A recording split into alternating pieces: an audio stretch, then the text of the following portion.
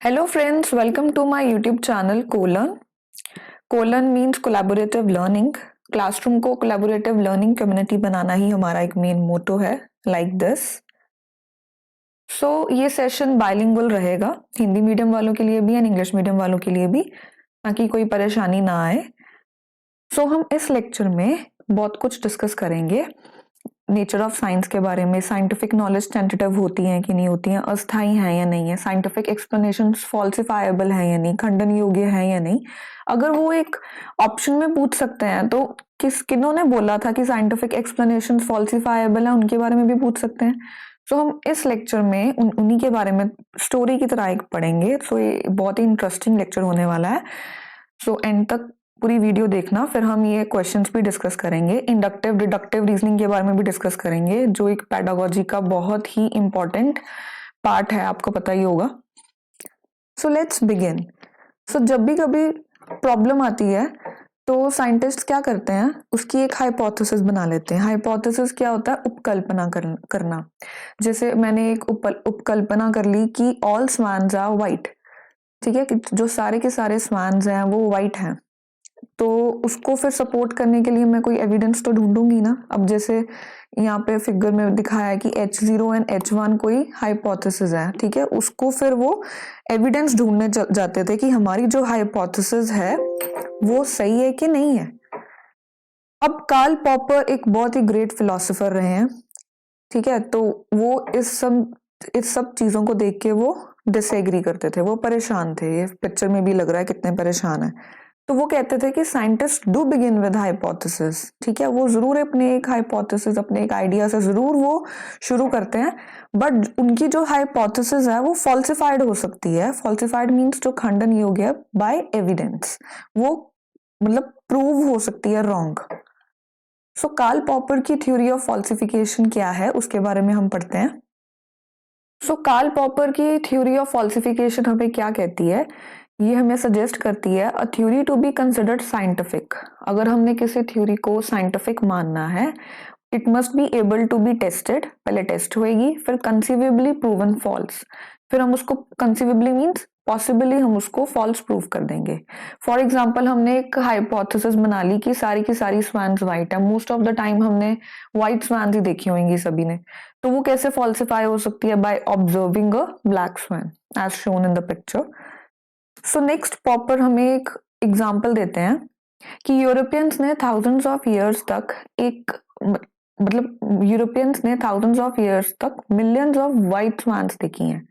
सो using inductive evidence. Inductive approach क्या होती है कि स्पेसिफिक से हमने जर्नल रूल बना देना. स्पेसिफिक उन्होंने क्या सोचा था कि स्वान्स जो है वो क्या है, व्हाइट कलर की हैं. उन्होंने एक मान ही लिया कि they come up with the theory that, उन्होंने थ्योरी बना दी कि सारी की सारी स्वान्स व्हाइट हैं, जैसे कि मोस्ट ऑफ द टाइम हम देखते हैं.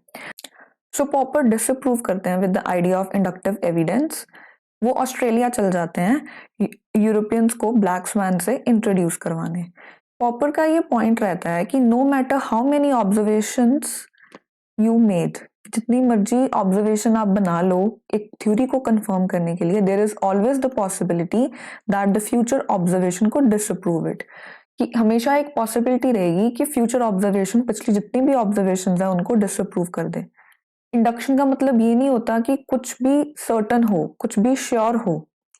So Karl Popper idea of induction को, इंडक्टिव अप्रोच को डिसअप्रूव करते हैं. So let's move on to the topic theory of falsification. Theory of falsification क्या कहती है कि कार्ल पॉपर प्रिस्क्रिप्टिव थे. वो कहते थे कि वो डिस्क्राइब करते थे कि what science should do, not how it actually behaves, कि साइंस को क्या करना चाहिए. वो रैशनलिस्ट थे जो कि रिलीजियस बिलीव्स पे बिल्कुल यकीन नहीं करते, लॉजिक एंड रीजनिंग पे चलते हैं, तर्क के आधार पर. लॉजिक मींस तर्क. सो उन्होंने एक बुक लिखी थी, the logic of scientific discovery, जो कि पब्लिश हुई थी इन 1959 में, जो साइंस एंड नॉलेज के बारे में बताती है. ये it remains one of the most widely read books about science. 20th century में बहुत सारे लोगों ने इसको पढ़ा है. सो ये एक मेजर क्रिटिक थी इंडक्टिविज्म का, जो एक वो हमेशा वो मानते थे कि जो इंडक्टिविज्म है वो ओल्ड फैशन्ड स्ट्रैटेजी है. सो पॉपर रिप्लेस करते हैं क्लासिकल ऑब्जर्वेशनलिस्ट इंडक्टिविज्म को फॉल्सिफिकेशन के साथ। फॉल्सिफिकेशन का मतलब क्या होता है? Deductive logic. सो इंडक्टिविज्म एंड डिडक्टिविज्म के बीच में हम डिफरेंस देखेंगे नेक्स्ट स्लाइड्स में। सो इंडक्टिव अप्रोच और डिडक्टिव अप्रोच इंपॉर्टेंट रहती है आपकी कोई भी पेडागोजी हो, आपकी मैथ्स पेडागोजी, आपकी साइंस पेडागोजी, आपकी इंग्लिश पेडागोजी, कोई भी पेडागोजी है, ये क्वेश्चन आपको देखने को जरूर मिलेगा वहां पे।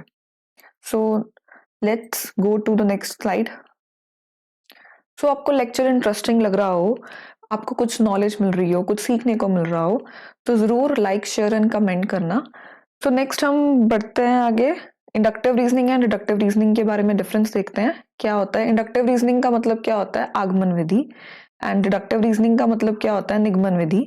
सो इंडक्टिव रीजनिंग में हम क्या करते हैं? पहले एक ऑब्जर्वेशन बना लेते हैं, फिर एक पैटर्न ड्रॉ होता है, फिर एक हाइपोथेसिस बनाते हैं, फिर एक थ्योरी की और हम थ्योरी डिराइव करते हैं उससे। हम बेसिकली क्या कर रहे हैं? स्पेसिफिक से, इन सिंपल लैंग्वेज मैं बता दूं, स्पेसिफिक से जर्नल की ओर जा रहे हैं। स्पेसिफिक मैंने सोच लिया जैसे कि ऑल स्वैन्स आर वाइट, सारी की सारी स्वैन्स वाइट है, और मैंने जर्नल भी यही रूल बना दिया कि सारी की सारी स्वैन्स वाइट ही हैं। सो इंडक्टिव रीजनिंग के फ्लॉज होते हैं, ये गलत भी हो जाती होती है कार्ल पॉपर के अनुसार। डिडक्टिव रीजनिंग को वो सपोर्ट करते हैं, फॉल्सिफिकेशन जिसको हम कहते हैं, एक जर्नल रूल है, ठीक है। ये बिल्कुल ऑपोजिट होती है इंडक्टिव रीजनिंग के। जर्नल रूल से हम स्पेसिफिक की तरफ जाते हैं, ठीक है। सपोज कर लो जर्नल रूल था a+b का होल स्क्वायर, ठीक है, तो इसको हम स्पेसिफिक किसी भी एक्सप्रेशन की तरफ हम लेके जा रहे हैं। सो डिडक्टिव रीजनिंग में क्या होता है? हम थ्योरी से हाइपोथेसिस की तरफ जाते हैं, फिर हम ऑब्जर्वेशन करते हैं, फिर हम कंफर्मेशन करते हैं, जैसे हमने डिस्कस कर लिया है। जर्नल से स्पेसिफिक की तरफ जाते हैं। So let's move on to the next slide. Inductive reasoning ये इंट्रोडक्टरी टर्म से आया, डिडक्टिव रीजनिंग डिडक्शन से आया, ये हम पहले डिस्कस कर चुके हैं। Inductive means specific to general and deductive means general to specific जाना। So next is nature of science. Very important concept from the exam point of view.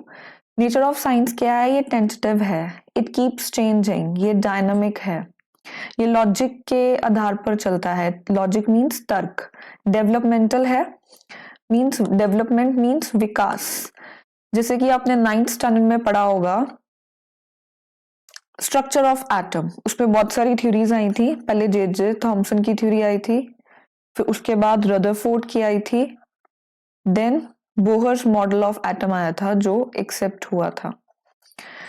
सो अगर उनके अंदर स्केप्टिसिज्म नहीं होता, संदेहवाद नहीं होता, क्यूरियोसिटी नहीं होती, तो इनोवेशन कैसे होती? क्यूरियोसिटी मीन्स जिज्ञासा, जिज्ञासा नहीं होती तो इतने सारे मॉडल्स कैसे आते? सो ये साइंस में हमेशा डेवलपमेंट होती रहती है। Science is all about learning by doing. Science is interlinked with our lives, हमारी लाइफ के साथ ये इंटरलिंक्ड है। So it is very important. ये सारे टर्म्स आपको, टर्मिनोलॉजीज आपको एग्जाम में मिलेंगी। नेचर ऑफ साइंस में क्वेश्चंस आते होते हैं। सो अगर आपको ये वाले वर्ड्स दिखे कि साइंस स्टैटिक है, स्टैटिक मीन्स फिक्स्ड, वो गलत हो जाएगा। साइंस क्या है? डायनामिक, ये गलत हो जाएगा। हमने ऊपर पढ़ लिया साइंस क्या है? डायनामिक। साइंस कंसेप्ट्स को मेमोराइज करने से आता है, तो ये भी गलत हो जाएगा। I hope you are clear with the concepts. So let's move on to some questions. Which of the following statements best describes the statement science एक tentative है? इनमें से कौन सा कथन विज्ञान परकशील है, कथन की सही व्याख्या करता है? Science is developmental, science is predictive, science is a social activity, सामाजिक गतिविधि है, no. Science proceeds linearly, no. Science is predictive, no. हमने अभी पढ़ा कि साइंस इज डेवलपमेंटल, तो ये सही आंसर हो जाएगा। So next question is which of the following statements describe the nature of science? निम्नलिखित में से कौन सा कथन विज्ञान की प्रकृति का वर्णन करते हैं? Scientific knowledge is tentative, yes. Scientific explanations are falsifiable, खंडन योग्य हैं, अस्थायी हैं, true. It is a process of describing the world around us, yes. तो 1, 2 एंड 3 तो सही है। It is a body of ultimate knowledge, ये अल्टीमेट की वजह से गलत हो जाएगा। सिर्फ साइंस स्टूडेंट्स के पास नॉलेज ही नहीं होती है, तो बाकी और भी सब्जेक्ट्स होते हैं। सो इसका आंसर है 1, 2 एंड 3, तो ए इसका करेक्ट आंसर बन जाता है। So next question is your homework question. Comment section में बताना कि which of the following episodes best illustrates the tentative nature of science. निम्नलिखित प्रसंगों में से कौन सा विज्ञान की अस्थायी प्रकृति को उजागर करने के लिए सर्वोत्तम है। तो ये हम डिस्कस कर चुके हैं, ये आप इजीली कर सकते हो। With from the following statements about science, identify the one that is false. जो गलत है हमने वो देखना है। Scientific ideas are tentative, सही है। Technology has preceded science in history of civilization, ठीक लग रहा है। नेक्स्ट पढ़ते हैं। The scientific method is only guide for conducting research, ये गलत है कि साइंटिफिक मेथड से ही सिर्फ रिसर्च हो सकती है, ये गलत है। In science self examination and scepticism is important, तो ये सही है। विच ऑफ द फॉलोइंग, तो इसका आंसर जो फॉल्स वाला हो जाएगा वो सी हो जाएगा। सो next is which of the following statements best describes the nature of science. निम्नलिखित कथन में से कौन सा विज्ञान की प्रकृति का सबसे अच्छा वर्णन करता है। Science is about appreciation of nature, not always, criticism भी होता है। Science is an individual pursuit, ठीक है, नहीं, कलेक्टिव लेके भी चलता है।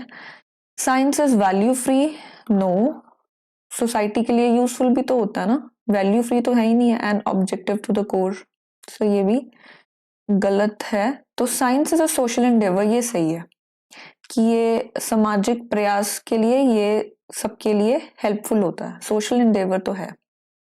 सो आज की डिस्कशन हमारी यहीं पे फिनिश होती है। If you like the video, like, share and subscribe जरूर करना। ये हमारे सोशल मीडिया हैंडल्स हैं। इंस्टाग्राम पे पेज है, मेल आईडी है हमारी, जीमेल पे, वहाँ पे आपको कोई डाउट है, कोई क्वेरी है, आप जरूर पूछ सकते हैं। Thank you.